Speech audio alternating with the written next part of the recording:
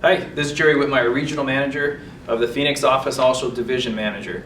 A lot of times when I'm hiring people on and we're doing training, they always say, hey, you know what, I can't come in at this time, I can't get the presentation down.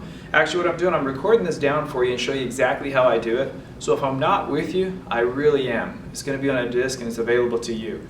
So first off, what I do is I use a financial needs analysis, which you can find this on ffg2.com, and you're all going to have a portal site all set up for you. And what I do, I print this out, and I do my whole presentation on the back.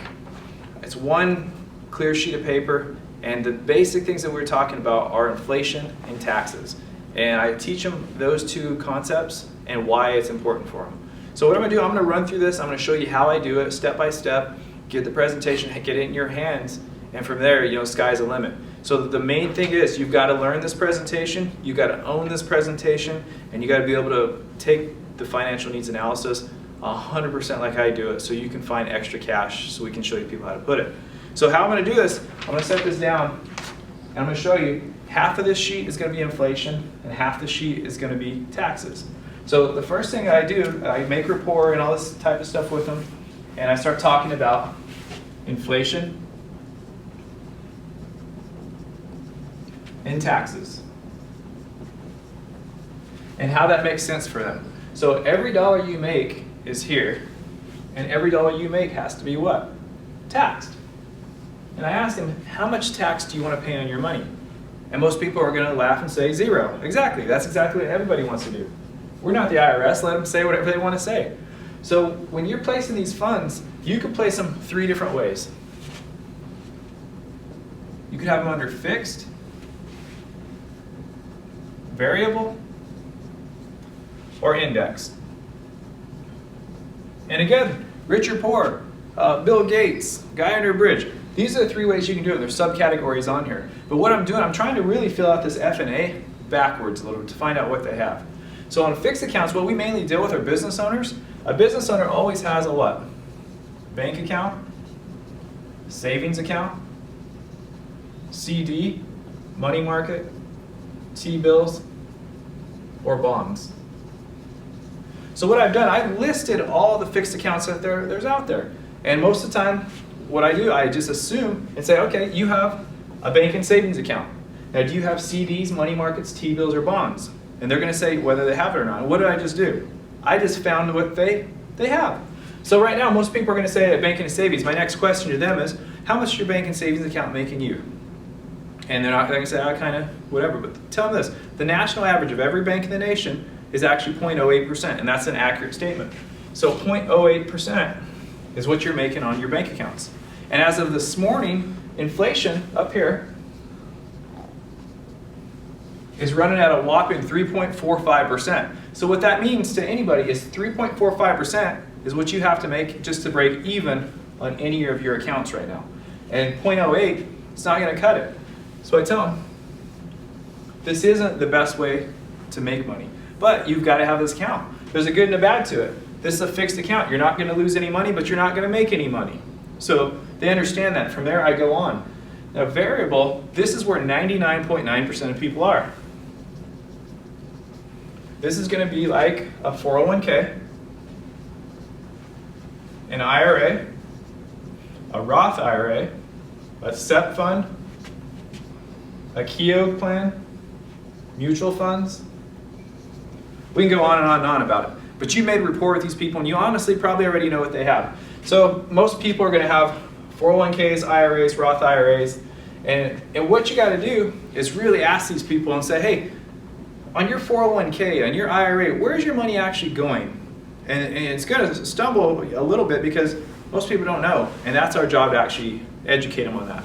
So when I tell them your 401k and your IRA, and I ask them, well, where's that money going? They say they don't really know. I tell them, you know what? I'm glad you have something, but your 401k, don't look at it as an investment because it's not an investment. What this is just a mere vehicle. Some people might drive a VW Bug, someone might drive a truck. Those are just vehicles. What's under the hood is what counts. So rather than looking at it as an investment, look at it as an umbrella.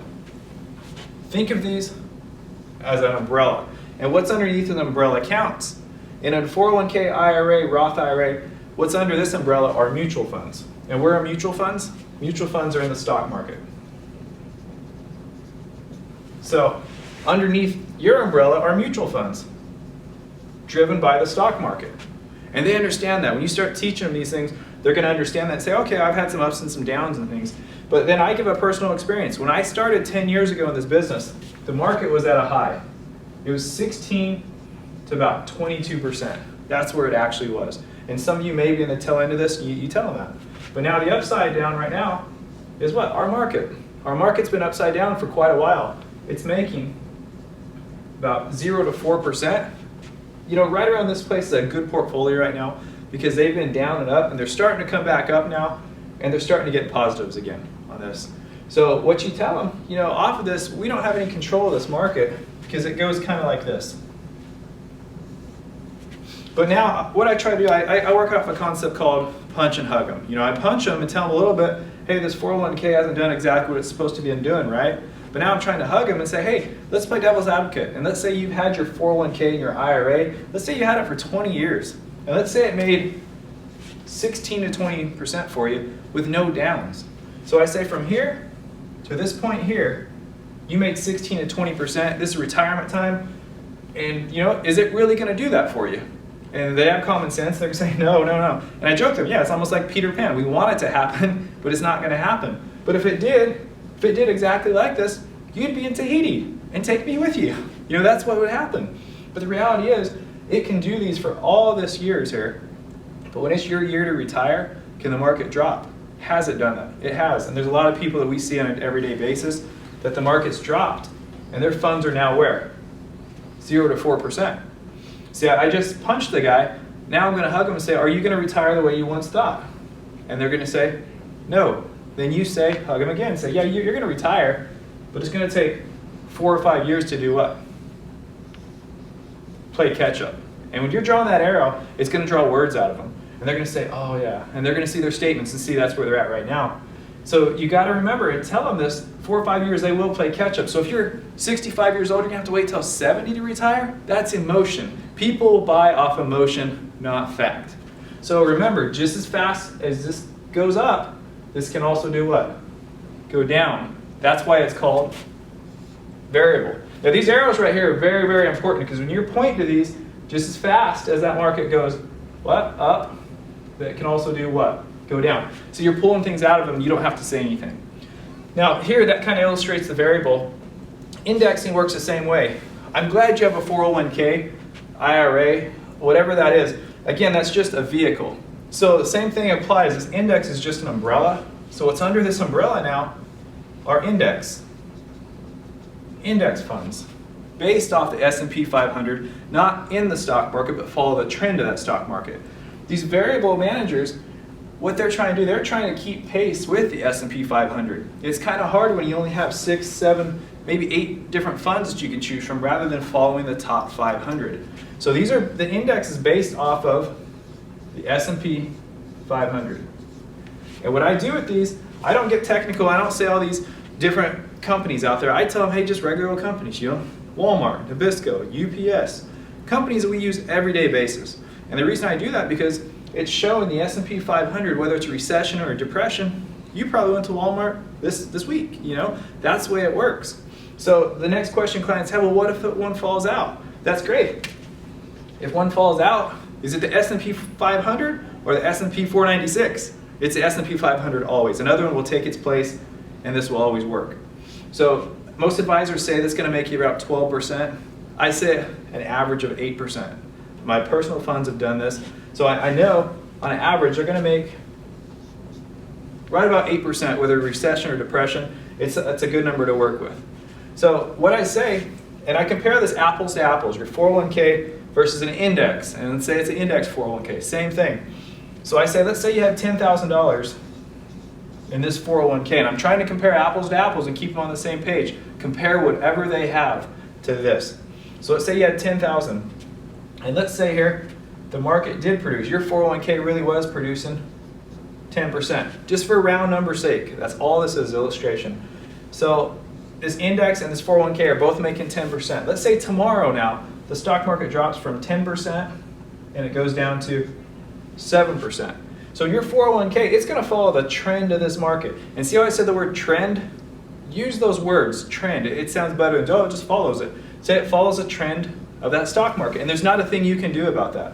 So if the market falls, your 401k does what? Falls, and they're going to say that to you. So your $10,000 now drops down to $7,000. So you've lost some money. You've lost some interest here, right? Now the beautiful thing about indexing is you're not in the stock market. So when the stock market falls, you do what? You stay flat. You absolutely don't lose anything. You almost say zero's your hero in a way, just because it's kind of funny. Hey, zero's your hero.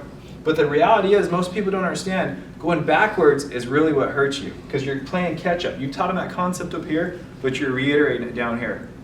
So you got to think, hey, zero's your hero. You haven't went backwards. And your $10,000 is where? $10,000. It hasn't went anywhere. So now you play devil's advocate again and say, hey, you know what? The good thing about the stock market is, because we just punched him, now we want to hug him a little bit. We say, okay, let's say it goes from 7% and it goes up to 13%. So that stock market went up, your 401k went up. So this looks like a good gain from 7 to 13% in your 401k. And exact human nature is going to say, yeah, that is. But the true reality is, hey, you're really playing catch up. And didn't we say that up here? You're reiterating steps now. You're really playing catch up. So when you get to 13%, that looks good on paper, but the reality is, hey, are you age 59 and a half? Maybe, maybe not. It just depends on what age they are. But if they're not 59 and a half, that's called an unrealized gain. They can't touch that money anyway. And also, this money is really playing catch up. So if you lose 10% any marketplace, you've got to gain about 25% to get back whole again. And that doesn't do it. Okay, so this is an unrealized gain. So that's all I'm saying. If you're not 59 and a half, you can't touch it. It's playing catch up. So your money probably hasn't even caught up to really where it's at now, or where you started. So now the big thing about this now is your 7,000 now, it goes up, and it might go up to 8,500. But where did you start at? 10,000. So you're still below where you started, even when it shows on paper it was a good gain. But now the realization is not going backwards here. This 10% here, that's your index, it's going to jump up. It's not going to look as big as from here to here as it is from here to here. But this is a true gain because why? You didn't go backwards. So your 10,000 now jumps up to 13,000. Same time, same numbers, same everything, but by not going backwards, your 10,000 now 13,000 rather than 8,500. So now what is up can come back down, right? Let's say the market is up and then tomorrow it goes back down. Let's say it goes to 8%. So from 13 to 8%, the market's going where? The trend of that market is getting followed by the stock market. So you're going to actually lose again in your 401k here, and it might even possibly drop lower than it did the first time. And anybody that's had a 401k, any variable investment, they're going to understand this. Most people aren't day trading, so they're not going to get the everyday trade on this thing. They're just following the general account of their 401k manager. So they're going to understand this. Now here in indexing, you stay flat. Same thing here. You stay flat. So what you really got to look at, when you're doing an index product kind of works like a ratchet, just like working on a car. You're going to click, click, click, click, click, and a ratchet doesn't go back the other way, does it? It clicks and holds. So same thing applies here. If the stock market stayed down for 4 years down here and your money's 6,000, when it starts coming up, where are you? You're that much farther ahead. So I have some paperwork I'll show you in orientation, which actually documents the last 10-year history and also the last 30-year history. And it shows the different cycles, and they're almost identical. And every 10 years, there's only 3.5 good years out of that 10, and the rest is doing what? Playing catch up. So our index product really, really works for clients. And in the 10 years I've been doing this, I've had people call me in the last few 2-3 years saying thank you. So this right here, this is always going to beat inflation. And what I do, I educate people. I've just educated people on this. I haven't told them what it is. What I ask them, I say, hey, out of the fixed, variable, and index, which one makes the most sense for you? And I let them choose that. And by far, they're going to pick this here. If they have any sense at all financially, they're going to say this. So this right here beats the inflation. Now the big thing we have to beat is taxes. And that's what we're going to go over next. And this taxes is going to be on the second half of this sheet, all in one sheet. So I'm going to go on the other side of this board here, and it's going to be our taxes. So now we're talking about the tax portion of this, which is here. So when you're taxing money, you can tax money now. You can tax defer money. Or you could have money in a tax advantage. But to me, talking about tax advantages are really a joke. Because who has advantage of our taxes? Is it us or is it the government? Exactly, the government does. The government is who you want to beat if possible, by any means, because they make the rules. They change the rules. They can do whatever they want. It's their money until you're what age? 59 and a half. So this is who we're trying to beat if possible. So now, taxing now, what I do, I just use a general concept. I say if they have a 401k, whatever investment they have, I try to keep them on the same page always of thinking of their investment. And I say, okay, let's just say you had $10,000, just like we talked about on the inflation side, they had $10,000. So if they have $10,000, and let's even say, generally speaking, for round numbers sake, let's say it makes 10% for you. So 10,000 times 10%, do the math, and that makes $1,000. So remember what we said, anything that you make has to be taxed. So your $1,000 here in Arizona, the tax brackets are 28% federal and 7% your state, your FICA, all that stuff that comes out of your check that we don't like, but it adds up to about 35% on average. You might be a little lower, you might be a little higher, but this is about average for our presentation. 35% of your $1,000 you just made was $350, and this $350 is a tax. Now where does this tax go? Exactly, it goes right over here to Uncle Sam. So out of your $1,000 you keep $650. So the whole point you're trying to make to a client is, hey, look, you make $1,000 and you keep $650. Is that good or is that bad? And you know what? Regardless of what the client says, if they say it's good, go with it. If they say it's bad, go with it. Because you know why? Either answer, you're going to get the same result. And it's all based on what? Tax brackets. So if taxes go down, we do what? We keep more of our money. But if taxes go up, what happens? We lose money. And when you say these two things, people are going to sit back and kind of scoff and say, they're going up. Exactly. We all know taxes are going to go up in the future. We're in $1 trillion debt. The only way to get taxes to go up is tax people and have a tax on it. So you're absolutely right by this. And when you're saying this, really what you're doing, you're setting them up for the next step, because they just told you taxes are going to go up. So next, taxing now isn't half bad. Because why? It's what we're doing now. We're keeping most of our money. So now tax deferred, this is where our example is. Most examples are going to have a 401k, an IRA, a Roth IRA, something like that. They're going to be tax deferred. So tax deferred, and I ask them, do you know what tax deferred means? Tax deferred means, even if they're a CPA, I tell them, I want them to understand, I know what I'm talking about, and we're on the same page. So tax deferred means you're not going to pay any tax until when? When you pull it out. So let's say this is today. This is now. Just like we started with here, taxing now. And I say, let's say we had that same 10,000. See, we're doing apples to apples. You always want to keep them on the same page.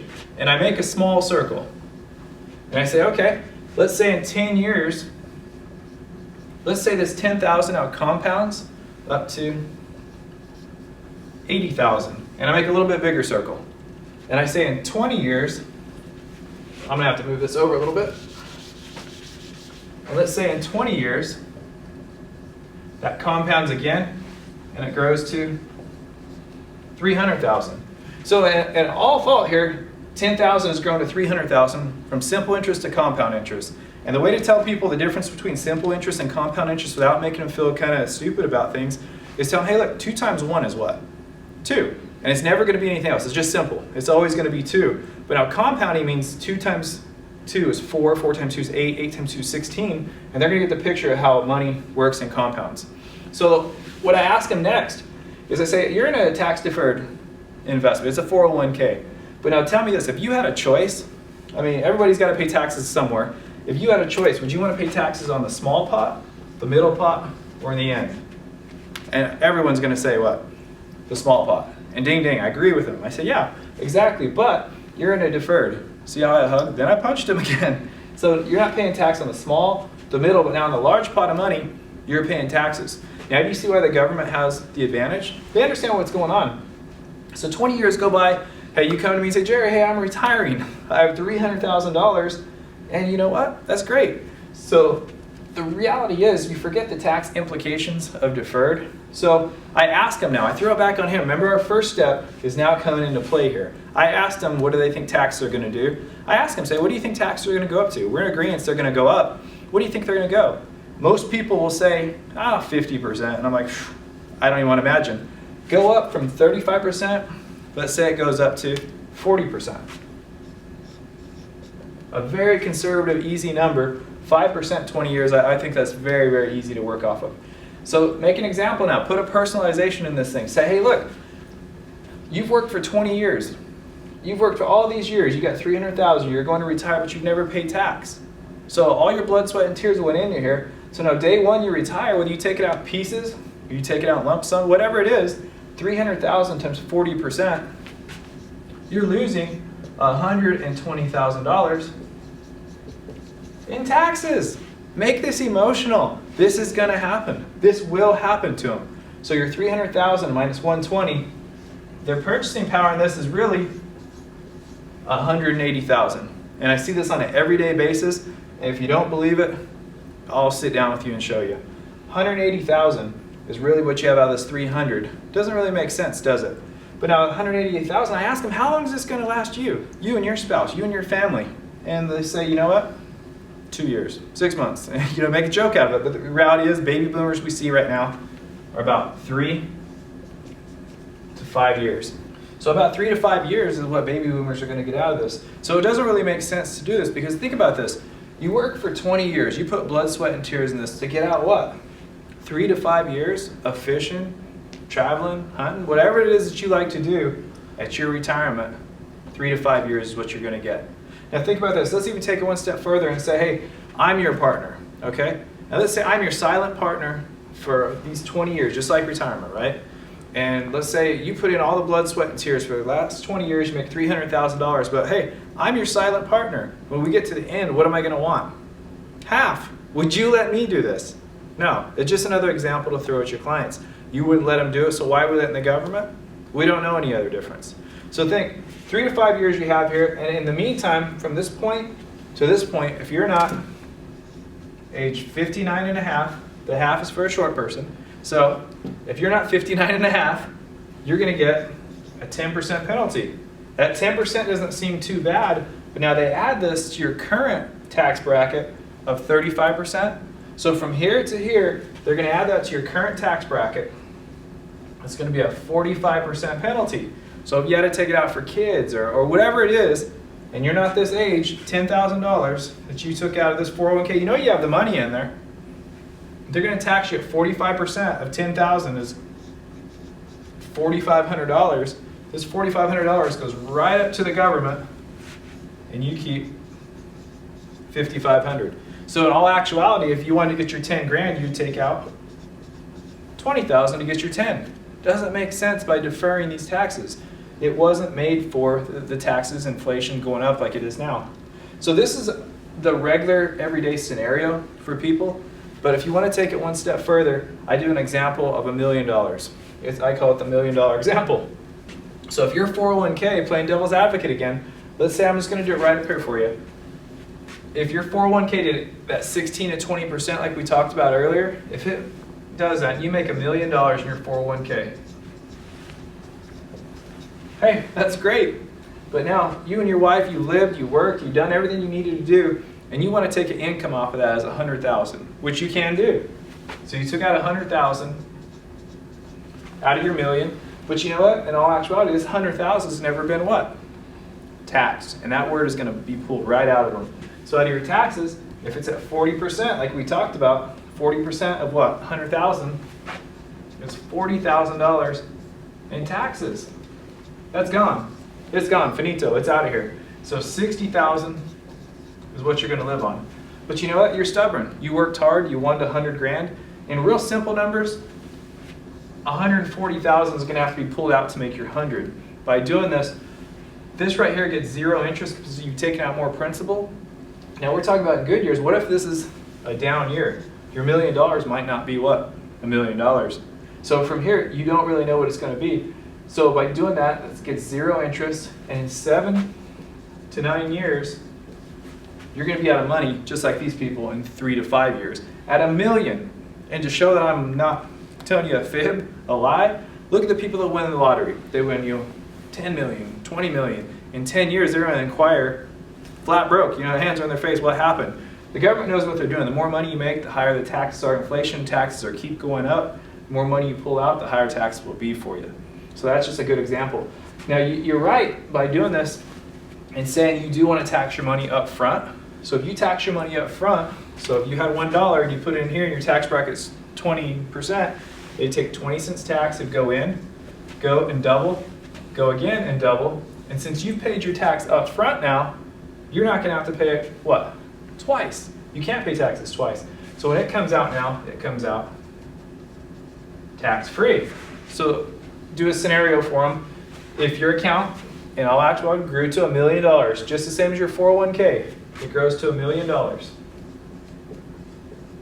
Apples to apples here. You paid your tax going in here, so you want to take out the same amount. You take out $100,000 here. How much tax are you going to pay on this $100,000? And if you've done it right, they're going to say what? 0. That's right. You're not going to pay any taxes. Give them a high five. They followed along with you there. So from here, you're going to get a stream of income for the rest of your life off of this. That's what we're looking for. Income for life. Guaranteed income for life is really what we're teaching our clients on a tax-free basis. So from here, I tell them, hey, look, we know the index concept makes the most sense for you, but now we've got to find the proper umbrella. And remember in our first inflation part, we were talking about an umbrella, a vehicle, getting that in their minds that their 401k is just a vehicle. So when we come back and show them an insurance product as the umbrella, they're not going to give it a scoff. So after I'm done here, I ask them any questions, but this right here, this goes over every principle that they need to and takes out every objection that your client's going to have. I've done this hundreds of times. I don't know how many times I've ever been stopped by tax professionals, other financial advisors. Everything on here is a valid point. So from here, what I do is I say, do you have any questions? And when they don't have any questions, I flip this one page, I flip this presentation over, just like this, and I take all their information. And I'm going to put that on another disc for you, but at this time, this is the first presentation in our first 7 days of signing on with Federal Financial Group and the independent region like what I'm running. I want you to have this on disc, just like I did, within 7 days for me, so then you can go out and start doing your first presentations without me. All right, thanks a lot. Hey, the sky's the limit. Let's go to the top.